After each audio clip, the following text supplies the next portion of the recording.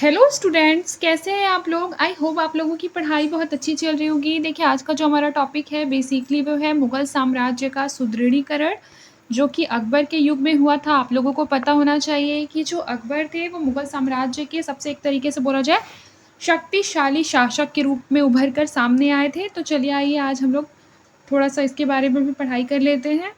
देखिए, लिखा है कि हुमायूं जब बीकानेर से पीछे हट रहा था, तब अमरकोट के राणा ने उसे शरण दी थी और उसकी सहायता की थी। मुगल बादशाहों में सबसे महान बादशाह अकबर का जन्म 1542 में इसी अमरकोट में हुआ था। आप लोगों को पता होना चाहिए, हुमायूं का उत्तराधिकारी कौन था? अकबर। पहले बाबर, बाबर फिर उसके बाद हुमायूं, हुमायूं के बाद अकबर।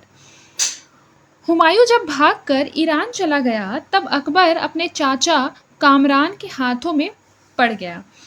उसने बच्चे के साथ अच्छा सलूक किया। कंदहार पर अधिकार हो जाने के बाद अकबर फिर से अपने माता पिता से मिला। हुमायूं की जब मृत्यु हुई, तब अकबर कलानौर, जो कि पंजाब का एक क्षेत्र है, वहां पर अफगान विद्रोहियों के खिलाफ कार्यवाहियों का नेतृत्व कर रहा था। 1556 में 13 साल और 4 माह की छोटी आयु में कलानौर में उसका राज्याभिषेक हुआ। देखिए, लिखा है कि अकबर को एक कठिन स्थिति विरासत में मिली थी। आगरा दिल्ली क्षेत्र में एक विनाशकारी अकाल पड़ा था उस टाइम पे, और उसके बाद वहाँ पर महामारी फैल गई थी। उस टाइम पे क्या हुआ कि 3 सूर प्रतिस्पर्धी अभी भी क्षितिज पर मंडरा रहे थे। जैसे कि हुमायूं के हाथों हारने के बाद भी सिकंदर पंजाब के उत्तर पूर्वी किनारे पर जमा हुआ था। अदली या आदिल शाह मिर्जापुर के पास चुनार में दरबार लगा रहा था। बंगाल का क्षेत्र इब्राहिम के अधीन था। यानी कि देखिए, 3 लोग हो गए, 3 प्रतिस्पर्धी। पहला कौन है?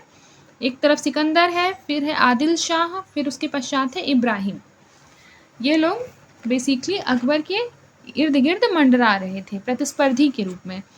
दिल्ली आगरा क्षेत्र में मुगल हाकिम असंगठित और हतोत्साहित थे, जबकि यही साम्राज्य का केंद्र भाग था। आदिल शाह के एक सिपह सलार हेमू के हाथों मुगल अपने नियंत्रण वाले अधिकांश क्षेत्रों में खदेड़े जा चुके थे। लेकिन युवराज अकबर के शिक्षक तथा हुमायूं के निष्ठावान और प्रिय अधिकारी बैरम खान ने स्थिति का सामना किया। देखिए, लिखा है कि खाने खाना की पदवी धारण करके वह साम्राज्य का वकील एवं मुख्य प्रभारी बना। आप लोगों को पता भी होगा, बैरम खान जो है बेसिकली वह अकबर के दरबार में महत्वपूर्ण शक्तिशाली पद पर आसीन था, और बैरम खान ने खाने खाना की जो है वो पदवी धारण की थी, और उसने मुगल सेनाओं को एकजुट किया था। हेमू के खतरे को ही सबसे गंभीर माना जा रहा था। चुनार से लेकर बंगाल की सरहद तक का क्षेत्र शेर शाह के भतीजे आदिल शाह के हाथों में था। हेमू, जिसने कि इस्लाम शाह के काल में बाजार अधीक्षक के रूप में अपना जीवन आरंभ किया, आदिल शाह के अंतर्गत तेजी से ऊपर उठा। उसने जो 22 लड़ाइयाँ लड़ी थी, उनमें से एक में भी वह नहीं हारा था। आदिल शाह ने उसे विक्रमाजीत की उपाधि देकर वजीर बनाया था। उसे मुगलों को बाहर निकालने का काम सौंपा था। हेमू ने आगरा पर अधिकार कर लिया। 50,000 सवारों, 5,000 हाथियों की सेना एक शक्तिशाली तोपखाना लेकर दिल्ली की ओर चला। देखिए, फिर है जहांगीर। तो अकबर का सबसे बड़ा बेटा जहांगीर बिना किसी कठिनाई के तख्त पर बैठा, क्योंकि उसके सभी छोटे भाई अकबर के जीवन काल में ही अत्यधिक शराब नोशी के कारण मर चुके थे। यानी कि बहुत ज़्यादा शराब में, नशे में वो लोग धुंध रहते थे। लिखा है कि लेकिन जहांगीर के तख्त पर बैठने के कुछ समय के पश्चात ही उसके सबसे बड़े बेटे खुसरो ने विद्रोह कर दिया। जहांगीर के सबसे जो बड़े बेटे था, उसका नाम क्या था? खुसरो। उसने विद्रोह कर दिया। सत्ता के लिए पिता पुत्र में खींचातान होने लगी थी, और स्वयं जहांगीर ने अपने पिता के खिलाफ विद्रोह किया था। साम्राज्य को कुछ समय तक अस्त व्यस्त रखा था।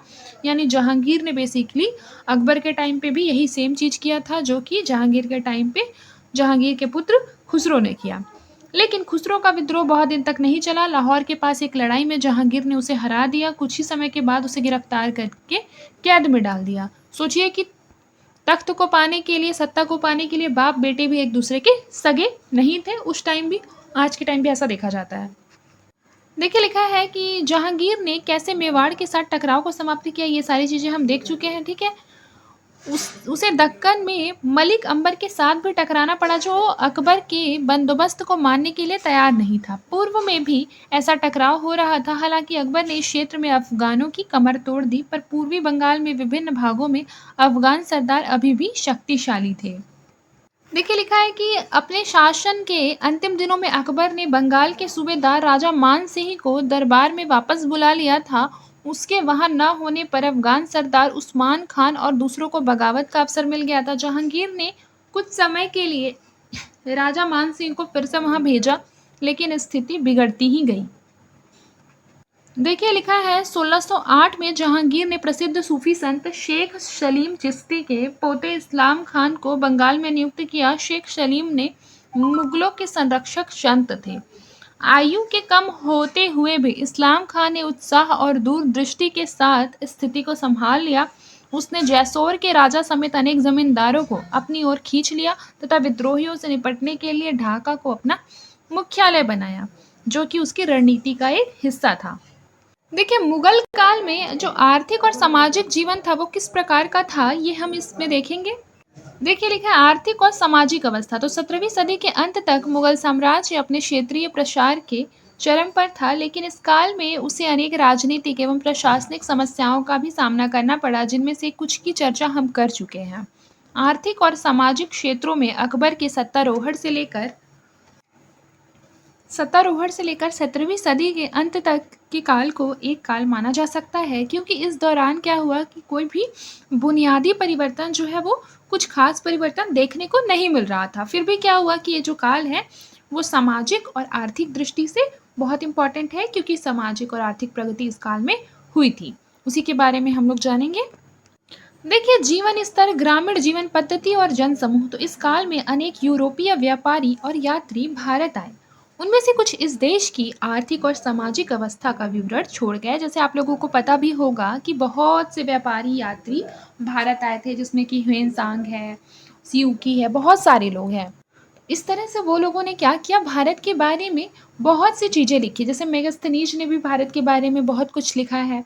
ठीक है, तो वही लिखा है कि आर्थिक और सामाजिक अवस्था कैसी थी उसका विवरण वे लोग अपने ग्रंथों के माध्यम से, लेखों के माध्यम से छोड़ कर गए हैं। सामान्यतः उन्होंने एक ओर भारत के धन धान्य पर और शासक वर्गों के तड़क भड़क वाले जीवन पर जोर दिया है, तो दूसरी ओर साधारण जनता की, जैसे कि किसान हो गए, दस्तकार हो गए, कामगार हो गए, उनकी गरीबी पर उन्होंने बहुत से लेख लिखे हैं। बाबर तो आम जनता के मामूली कपड़ों को देखकर हैरान रह गया था। उसने लिखा है किसान और कम हैसियत वाले लोग नंगे बदन रहते हैं। देखिए लिखा है कि इसके बाद वह पुरुषों और स्त्रियों की पोशाकों का वर्णन करता है। बाद के यूरोपीय यात्रियों ने उसके कथन की पुष्टि की है। राल्फ फिच 16वीं सदी के अंतिम भाग में भारत आया था। वह कहता है कि बनारस में लोग कमर पर बंधे जरा से कपड़े को छोड़ दे तो नंगे रहते हैं। फिर द लेट ने लिखा है कि जाड़ों में अपने को गर्म और आरामदेह रखने के लिए कामगारों के कपड़े अपर्याप्त थे, लेकिन फीच कहता है कि जाड़ों में लोग रुईदार लबादे और रुईदार टोप पहनते हैं। यानी कि सबकी बातें जो हैं, सबके लेख जो हैं वे थोड़े थोड़े से भिन्न हैं।